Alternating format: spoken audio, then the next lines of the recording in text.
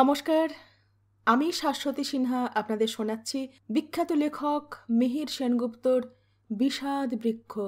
আজ ৩৩তম অধ্যায় শুরু করি।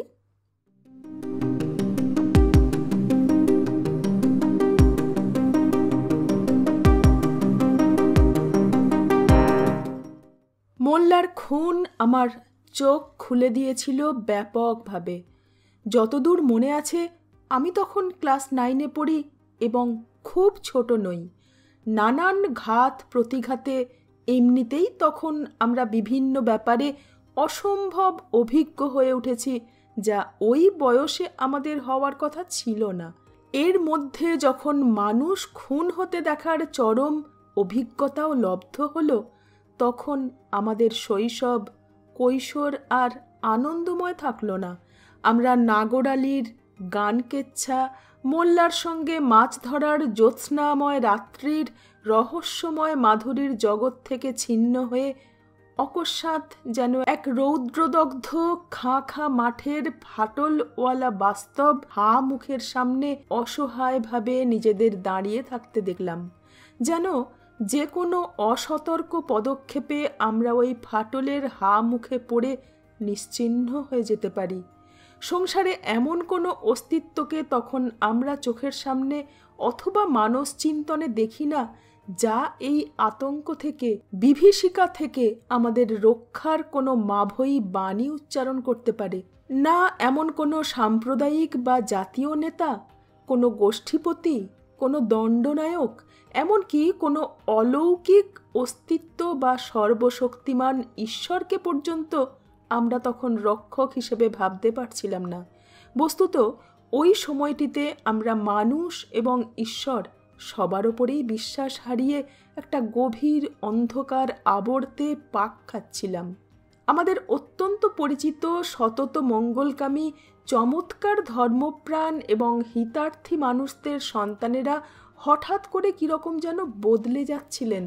যাদের বাড়িতে বড়দের কারো সঙ্গে গেলে তারা অপার আনন্দে আমাদের গ্রহণ করতেন, তারা এই সময়টায় কীরকম যেন অচেনা অজানা হয়ে গেলেন এবং যেসব কথা তারা কোনো দিন আমাদের বলতেন না বা কেউ বললে সরবে প্রতিবাদ করতেন, তারাই এখন সেরকম সব কথা বড়দের না হোক আমাদের বলতে দ্বিধা করছিলেন না। আমরা সংখ্যালঘুরা চলে গেলেই তাদের মঙ্গল হয়, তাদের জমি জমা সম্পত্তি বাড়ে, এরকম একটা আকাঙ্ক্ষা তাদের আচরণে প্রকাশ পেতে থাকে। এই সব চরিত্রের মানুষদের মদতেই জব্বার এবং তার সহযোগীরা আমাদের পিছাড়ার খালের পবিত্রতাকে সম্পূর্ণ ধর্ষিত করতে থাকে। জব্বার ছিল এক অসম্ভব হাড়মাদ। তার বাপের সঙ্গে সে সহমত ছিল।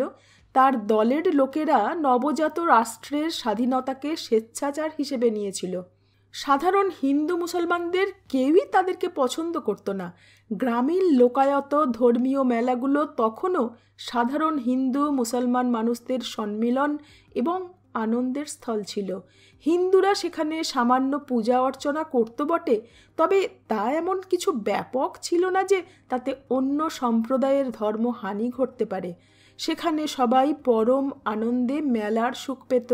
কিন্তু এই জব্বার এবং তার সাঙ্গপাঙ্গরা সেই সব স্থানে জুয়া খেলা, নেশা ভাঙ করা, লুট, মেয়েদের প্রতি অশালীন ব্যবহার ইত্যাদির সূচনা করে একে একে সব বন্ধ করতে বাধ্য করে।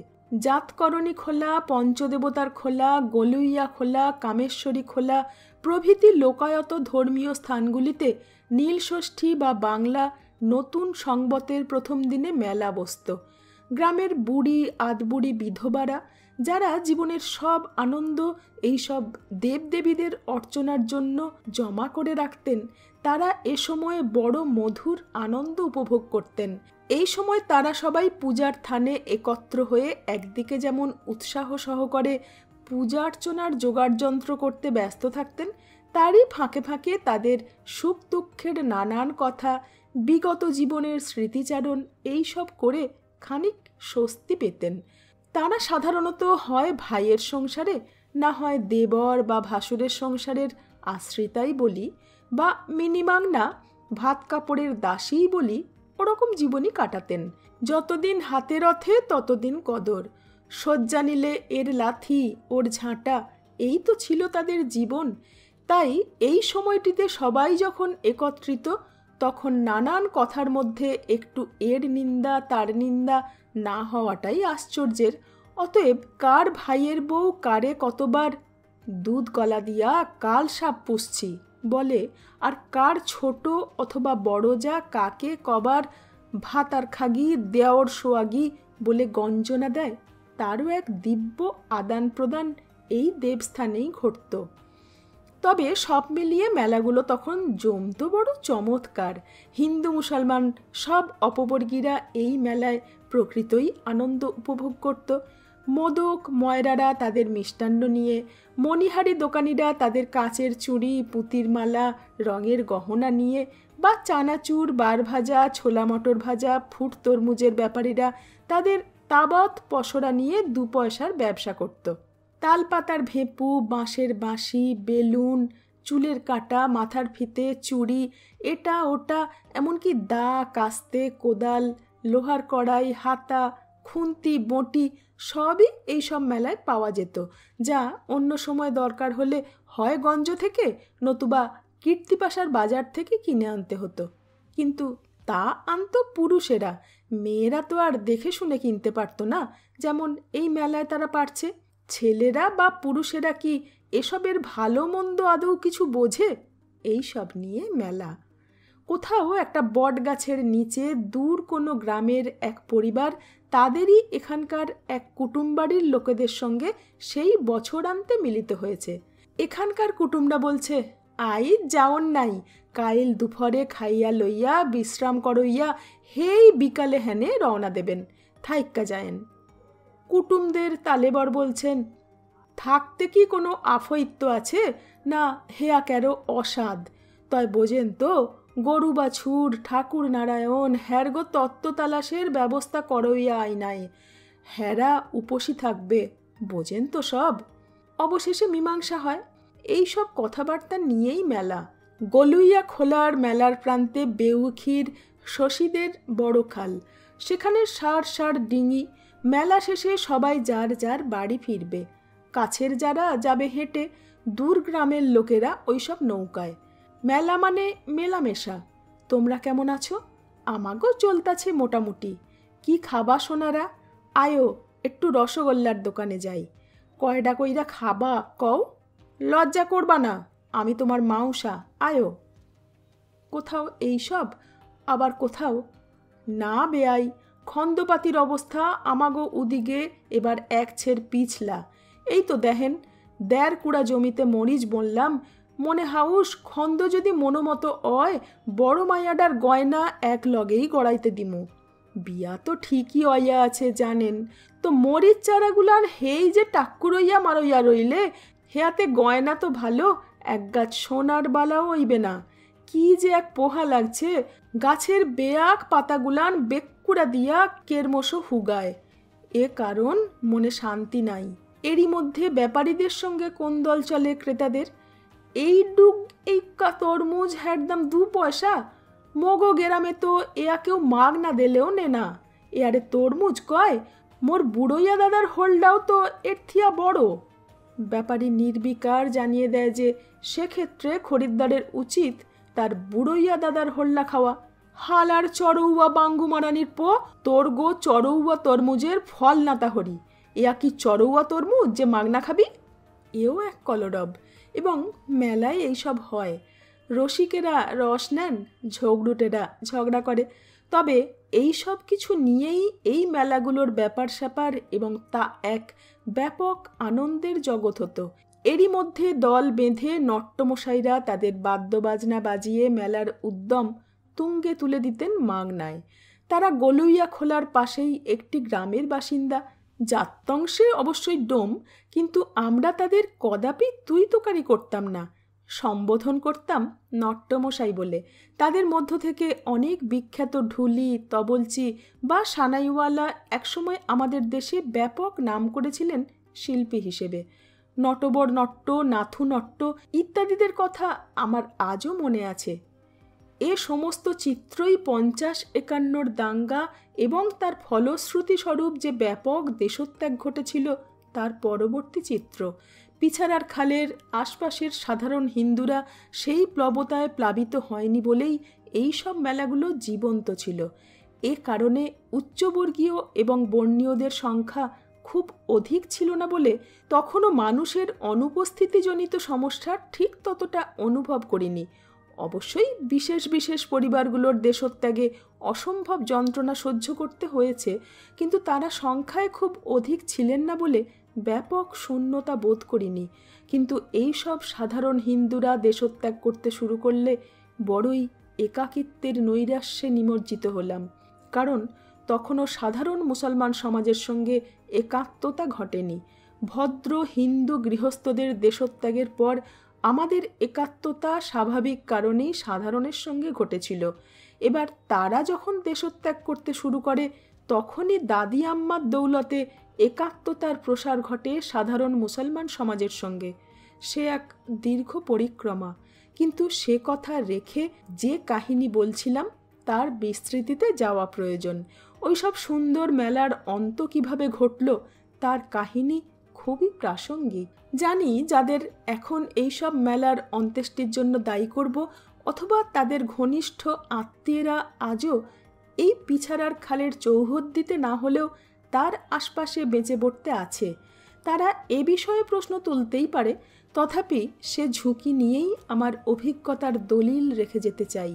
জব্বার বা তার দলের লোকেরা যারা নবলব্ধ রাষ্ট্রের স্বাধীনতাকে নিজেদের স্বেচ্ছাচারের ছাড়পত্র বলে জেনেছিল, এবং অবশ্যই একদল ক্ষমতাসীন ব্যক্তি তাদের এমতো শিক্ষায় তথা আশ্বাসে আশ্বাসিত করেছিল, তারা সবাই এই স্বপ্নের জগৎকে ছিন্ন ভিন্ন করেছিল। এই সব লোকই সাধারণ হিন্দু এবং মুসলমানদের এই মিলনের মহামেলাগুলোকে ধ্বংস করে উভয় সম্প্রদায়ের মধ্যে ব্যাপক বিরোধ সৃষ্টি করে, যার সমাধান আজও হয়নি। এই সব হারমাদেরা অর্থাৎ জব্বার, হানিফ, মুসা ইত্যাদি নামের লোকেরা মেলায় জুয়ার আড্ডা বসাত, কিশোরী মেয়েদের পেছন পেছন ঘুরে তাদের শারীরিকভাবে বিরক্ত করত। আবার যারা সমকামী চরিত্রের, যেমন জব্বার, তারা সুন্দর মুখ ছেলেদের আড়ালে ডেকে নিয়ে যৌন নিপীড়ন করত। কখনো তারা দলবদ্ধভাবে ময়রা মোদকদের দোকানের সামনে হল্লা জুড়ে দিয়ে সেই সুযোগে রসগোল্লার ক্যানেস্তারা টিন, সন্দেশের বারকোষ বা খুরমার ঝুলি তুলে নিয়ে কাছাকাছি কোনো জঙ্গলের মধ্যে গিয়ে খেয়ে নিত। জব্বার ছিল অতিমাত্রায় ইন্দ্রিয়বিলাসী এবং সুযোগ সন্ধানী।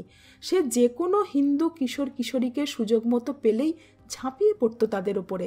আমি যখন ক্লাস 5-এ ভর্তি হয়েছিলাম তখনই তার এই লালসার ব্যাপারটি জেনে গিয়েছিলাম। পরে ক্লাস 9-এ যখন ভর্তি হলাম তখনও তার এমতো আচরণ আমাকে মোকাবিলা করতে হয়েছে। ওই বয়সে দেখতে বোধহয় দিব্য ছিলাম। ওদের বাড়ির সামনে থেকেই আমাকে স্কুলে যেতে হতো।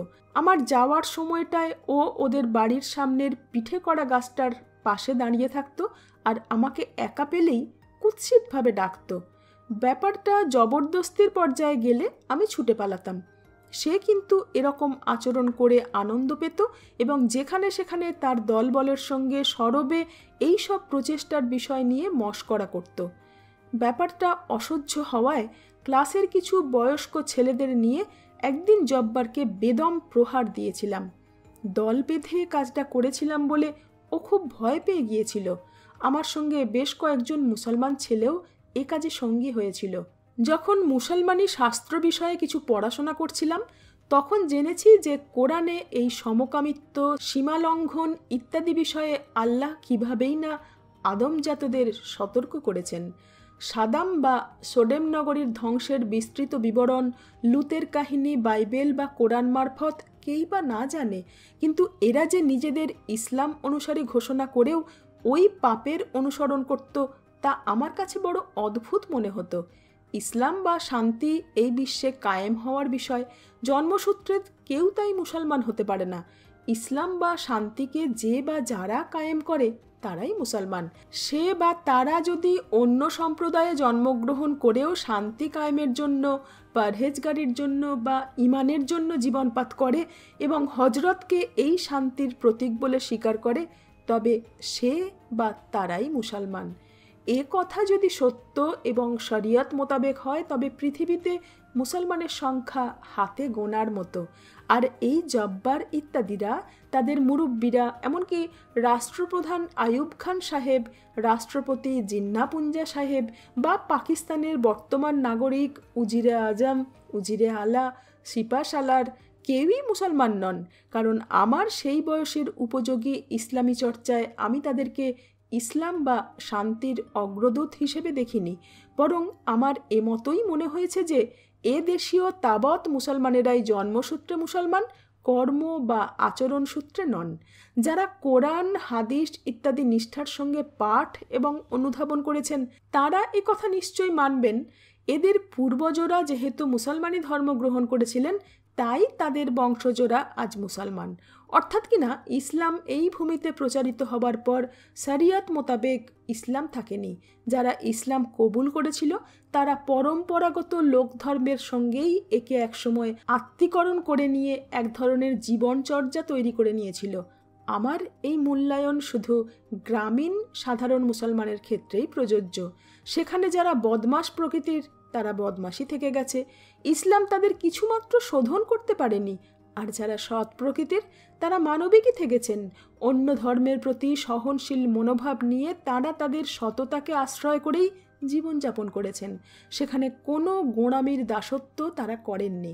কিন্তু যখন সংখ্যালঘুদের ভূমি দখল এবং তাদের উচ্ছেদ প্রয়োজন বলে বোধ হলো, তখনই একদল মানুষ নিজেদের খাঁটি ইসলামী বলে প্রচার করতে লাগলো। এই তথাকথিত প্রকৃত ইসলামীরাই পিছাড়ার খালের আশপাশের বা এরকম অজস্র পিছাড়ার খালের গ্রামীণ জগৎকে ধ্বংস করে ব্যাপক মানুষের ক্ষতি সাধন করে। তারা বুঝল না যে তাদের এই কার্যকলাপে সংখ্যালঘুদের থেকে সংখ্যাগুরুরাই বেশি ক্ষতিগ্রস্ত হবে শেষ পর্যন্ত। আপাত দৃষ্টিতে শুধু সংখ্যালঘুদের বাস্তুত্যাগটাই সবার নজরে পড়ে, কিন্তু এই সময়ে সব গ্রামীণ মানুষেরাই ছিন্নমূল হয়, কেউ আগে কেউ পরে। এ ব্যাপারে হয়তো জাতীয় এবং আন্তর্জাতিক অনেক কর্মকাণ্ডই দায়ী, তবে আমি শুধু আমার ওই বয়সের প্রত্যক্ষ আঞ্চলিক অভিজ্ঞতাটুকুই বলছি। এই জব্বার এবং তার দলবলেরা তাদের ইসলামী মুরব্বীদের দ্বারা পরিচালিত ছিল এবং তাদের মুরব্বীরা জাতীয় এবং আন্তর্জাতিক মুরব্বীদের দ্বারা। কথা আমি পরে বুঝেছি। আমি গোটা উপমহাদেশের হিন্দু এবং মুসলমানদের কথা বলছি না, কিন্তু যেসব বুদ্ধিজীবী বা ভুক্তভোগী মনে করেন যে শুধু সংখ্যালঘুরাই এখানে দেশভাগের জন্য ছিন্নমূল হয়েছিল, তারা বোধহয় জানেন না যে দাঙ্গা পরবর্তীকালে কিছুদিন সংখ্যালঘুদের পরিত্যক্ত সম্পত্তিতে ধনী হলেও সংখ্যাগুরুজনেরা একসময় ছিন্নমূল হন এবং পিছাড়ার খালের জনপদ বসতির মতো সমৃদ্ধ বসতিগুলো একেবারেই রিক্ত হয়ে যায়।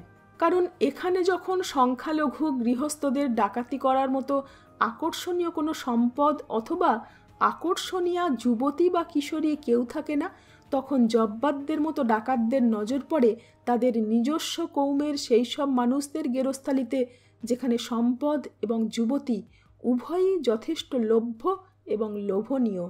তাদের এই নজর থেকে তাদের পোষক মুরব্বীরাও বাদ পড়ে না। ফলত একসময় তারাও ব্যাপারীদের কাছে সেসব বিক্রিবাটা করে নগদ টাকাটা গঞ্জ বা শহরে লেনদেন করেন। গ্রামের শ্রীবৃদ্ধির কথা কেউ আর ভাবেন না, প্রয়োজনও বোধ করেন না। নিতান্ত ভূমি নির্ভর মনীষ মাহিন্দারেরাই গ্রামে থেকে যায়। আমার দেখা স্বপ্নের মতো গ্রামগুলো আস্তে আস্তে এভাবেই পুরোটা ধান ক্ষেতের মতো রূপ নেয়। কিন্তু খাল, নদী, পুকুর, জলাশয়গুলোর সংস্কার না হওয়ায় সেই ক্ষেত ক্রমশ প্রেতার্ত রমণীর মতো কুৎসিত মূর্তি নিয়ে দাঁড়িয়ে দাঁড়িয়ে কদাচিৎ পথচারীদের যেন মুখ ভ্যাংচায়। আমার অভিজ্ঞতা এরকম এক পথচারীরই, এবং অবশ্যই আমি পিছাড়ার খালের সুন্দর ভুবনের সেই প্রেতাত্মা মূর্তি প্রত্যক্ষ করেছি। স্যার বলেছিলেন, তোরা একটু পড়াশোনা করে মানুষ হ, আমি দেখে একটু সুখ পাই। তা আমাদের মানুষ হবার উপক্রমণিকা তিনি যতটুকু দেখে গিয়েছিলেন তার থেকে বোধহয় আমাদের অমানুষ হওয়ার কৌমুদিটি তার নজরে বেশিই পড়েছিল। পড়ারই কথা, তবে তার হিসেবপত্র আমরা কিছু রাখিনি। 70 সালের কোনো একটা সময়ে তিনি মারা যান। তখন আমি পশ্চিমবঙ্গে, চিঠি মারফত অফিসে বসে খবর পেয়েছিলাম মনে আছে। সেদিন পিতৃশোক অনুভব করেছিলাম। অফিসে সবাই অবাক হয়ে গিয়েছিল যে একটা দামড়া ছেলে বুড়ো মাস্টারমশাইয়ের মৃত্যু সংবাদে হাউমাউ করে তার ডেস্কে বসে কাঁদছে এবং জনৈক সহকর্মী তাকে বাড়িতে পৌঁছে দিতে যাচ্ছে। স্যারের প্রসঙ্গ শেষ করা যায় না। আজ এই প্রায় বৃদ্ধ বয়সেও যখন তার কথা মনে পড়ে বুকের মধ্যে তোলপাড় হয়, ইচ্ছে হয় আবার ছুটে যাই সেই সময়টিতে যখন রাস্তায়, বাজারে, স্কুলে দেখা হলেই জড়িয়ে ধরে গালে দাড়ি ঘষে দিতেন আর পকেট থেকে এক চাকা পাটালি বা আখের গুড় বার করে হাতে গুঁজে দিয়ে বলতেন, নাও গুড় খাও। স্যার সেই স্কুলের ধর্মঘটের সময় যাদের উদ্দেশ্যে বিশেষ করে মানুষ হবার আকাঙ্ক্ষা জানিয়েছিলেন, সেই মুসা এবং হাকিম যথেষ্টই তখন অমানুষের পর্যায়ে চলে গিয়েছিল। এখন তাদের বিষয়ে কিছু বলবো। ছাত্রাবস্থা থেকেই তারা অন্য জীবনে আকৃষ্ট হয়েছিল। সেই হারমাত জব্বার ছিল তাদের নেতা। তারা সেই আমাদের ক্লাস 9-10 সময় থেকেই নিয়মিত জুয়া খেলত, গঞ্জের বেশ্যালয়ে যেত এবং আরও সব উল্টোপাল্টা কাজকর্ম করত। সংখ্যালঘু মেয়েদের ভোগ করার একটা ব্যাপক প্রবণতা তাদের মধ্যে ছিল। হাকিম পরে কিছুটা ধাতস্থ হয়ে চাকরি নিয়ে পশ্চিম পাকিস্তানে চলে যায়। মুসা পুরোপুরি জব্বারের দলভুক্ত হয়। আমার ওপর ওর কী কারণে জানি না একটা অন্ধ আক্রোশ ছিল। খেলার মাঠে, স্কুলে বা বাজারে যখনই ও আমাকে কায়দায় পেত খুবই অসম্মান, হেনস্থা, এমনকি মারধর পর্যন্ত করত। বলতো, তোরা এখনও এ দেশে আছো ক্যাঁ? তোগো যাইতের ব্যাগগুলান যখন গেছে তোগো থাউনের দরকারটা কি? একদিন বাজারের একটা কাপড়ের দোকানে এইসব কথা তুলে ও আমাকে বড় মেরেছিল। বয়স এবং শারীরিক শক্তিতেও আমার চেয়ে বড় এবং শক্তিশালী ছিল। নির্মমভাবে কিল, চড়, লাথি, ঘুষি মারতে মারতে বলেছিল, তোরা হিন্দুরা এখানে থাকলে মগো উন্নতির কোনো আশা নাই। হালার পোহালারা হিন্দুস্থান যা। তার প্রহারে আমি যতটা না শারীরিক ব্যথা পেয়েছি, অপমানিত হয়েছি তার চেয়ে ঢের বেশি। সংখ্যালঘু সম্প্রদায়ের ছেলে বলে ওই অসম্মান আমার মর্মে আঘাত এনেছিল বড় ভীষণভাবে। আমার মরে যেতে ইচ্ছে করছিল। তখন আমার বয়স বড়জোর 13-14 হবে, ও তখন 17-18। প্রতিশোধ নেবার মতো সাহস, সুযোগ বা শক্তি আমার তখন ছিল না। ওই বয়সের ছেলেদের মধ্যে ঝগড়া, বিরোধ, মনোমালিন্য বা হাতাহাতি হতেই পারে, পরে আবার সব ঠিকও হয়ে যায়, কিন্তু এ ব্যাপারটি সেরকম ছিল না। তখন আমরা দুজনেই ক্লাস 9-এ পড়ি। এই ঘটনার প্রতিশোধ আমি নিয়েছিলাম 2 বছর বাদে, যেদিন ম্যাট্রিকের রেজাল্ট জানতে পারি সেদিন বাজার ফেরত বাড়ি ফিরছি। হঠাৎ নায়েব মশাইয়ের ছেলে আমার সহপাঠীর ডাক শুনে দেখি ও এবং মুসা ছুটতে ছুটতে আসছে। আমি তখন কীর্তিপাশার খালের একটা হাতলবিহীন ব্রিজের ওপর। ওরা ওদের বাড়িতে ডাকাতি হবার পর গঞ্জের কাছে একটা বাসা ভাড়া করে থাকতো। ও একটা গেজেট নিয়ে এসে দেখালো যে আমি ফার্স্ট ডিভিশনে পাশ করেছি এবং অন্যান্য প্রায় সবাই আশানুরূপ ফল করেছে। মুসা 3rd ডিভিশন পেয়েছে। ও বলছিল, তোর রেজাল্ট যে ভালো হইবে সেটা তো আমরা জানতামই, তা আমরা সবাই মিলইয়া খুব খারাপ ফল করি নাই। এ কথায় মুসা বলল, তোরা হিন্দুরা যতদিন এ দেশে থাকবি মোরা কি ভালো কিছু করতে পারমু? হেয়া পারমু না। যারা খাতাপত্তর দেহে হেরাও তো হিন্দু, মগও কিছু ভালো হোক হেয়া কি হেরা চায় না করে? ওর ওই কথায় আমার মাথায় হঠাৎ রক্ত চড়ে গেল। ও সবসময়ই জাতের দোহাই দিত আর মনে করত হিন্দু মাস্টাররা সবাই ওদের কম নম্বর দিয়ে অপদস্থ করার চক্রান্তে সামিল। নিজেদের সম্বৎসরের অপকর্ম বা পড়াশোনা না করার হিসেব ওরা রাখত না। এই হিসেব নিকেশের কারণেই আমার মাথায় রক্ত চড়ে গিয়েছিল। মনে পড়ে গিয়েছিল 2 বছর আগের সেই অপমানের জ্বালা। তার সেই কিল, চড়, লাথি, ঘুষির ব্যথা যেন নতুন করে আমাকে ক্লিষ্ট করল। সেদিন বয়সোচিত কারণে শারীরিকভাবেই আমি দুর্বল ছিলাম। আজকের চিত্র ভিন্ন। আজ আমি যথেষ্ট বলিষ্ঠ দেহি। এই উত্তেজক মুহূর্তে তাই আমার ক্রোধ কোনো হিসেব করল না। হাতলবিহীন ব্রিজের ওপর দাঁড়ানো মুসাকে তাই ক্রোধান্ধ হয়েই একটা লাথি মারলাম এবং মুহূর্তে সে অদৃশ্য হয়ে খালে। বন্ধু বলল, তুই এটা করলি কি? এখন উপায়? বললাম যে উপায় কিছু নেই, ওই হারামজাদার এতদিনের বদমাইশির একটা বদলা নেওয়া গেল। ভালোই হলো, এখন থেকে একটু সমঝে চলবে। এ দেশে থাকতে গেলে সমানে সমানেই থাকতে হবে, নইলে পেয়ে বসবে। আমি জানতাম যে মুশারাই সব নয়, আমাদের হিতাকাঙ্ক্ষী অনেক অন্য ছেলে আছে, তারাও মুসলমান, তারা ব্যাপারটা বুঝবে। মনে ত্রাস একেবারে হয়নি তা নয়, যদি ওরা দল বেঁধে কিছু করে। সেরকম চেষ্টাও যে পরে ওরা করেনি তাও নয়। যতদিন দেশে ছিলাম এই শত্রুতা থেমে থাকেনি, কিন্তু যেসব চমৎকার ছেলে আমাদের বন্ধু ছিল তাদের জন্য ওরা বিশেষ সুবিধে করতে পারেনি। মুসা এরপরে আর পড়াশোনার জগতে থাকেনি। 1971 সালে যখন আমি পশ্চিমবঙ্গে এবং যখন বাংলাদেশে মুক্তিযুদ্ধ পুরো দমে চলছে, তখন একদিন অমল বসু আমার অফিসে এসে হাজির। সে দেশ থেকে পালিয়ে এসেছিল যুদ্ধের মধ্যেই। মুসা এবং জব্বরের শেষ পরিণতির কথা তার কাছেই জানতে পারি।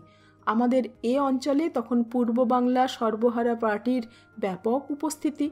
পার্টির সর্বাধিনায়ক সিরাজ শিকদারও তখন ওই অঞ্চলে। মুসা, জব্বার এরা সবাই রাজাকার, আলবাদার ইত্যাদি দলে মিশে যথেচ্ছ অত্যাচার করছিল তখন। অমলও সেই সময় সিরাজ শিকদারের দলের একটা গ্রুপের সঙ্গে ছিল। এই সময় একদিন মুসা আর জব্বারকে তারা ধরে ফেলে। গ্রুপের ছেলেরা হিন্দু কমরেডদের অনুরোধে নাকি তাদের হাতেই দুজনকে ছেড়ে দেয়।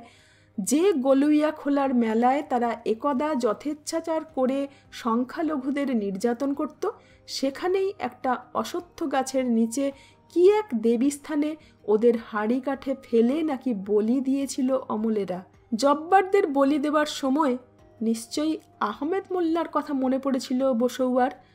আমাদের ওই অঞ্চলের মানুষদের স্বভাব অনুযায়ী মনে পড়াটাই স্বাভাবিক। 33তম অধ্যায় এখানেই শেষ। ফিরে আসবো 34তম অধ্যায় নিয়ে। সঙ্গে থাকবেন। ধন্যবাদ।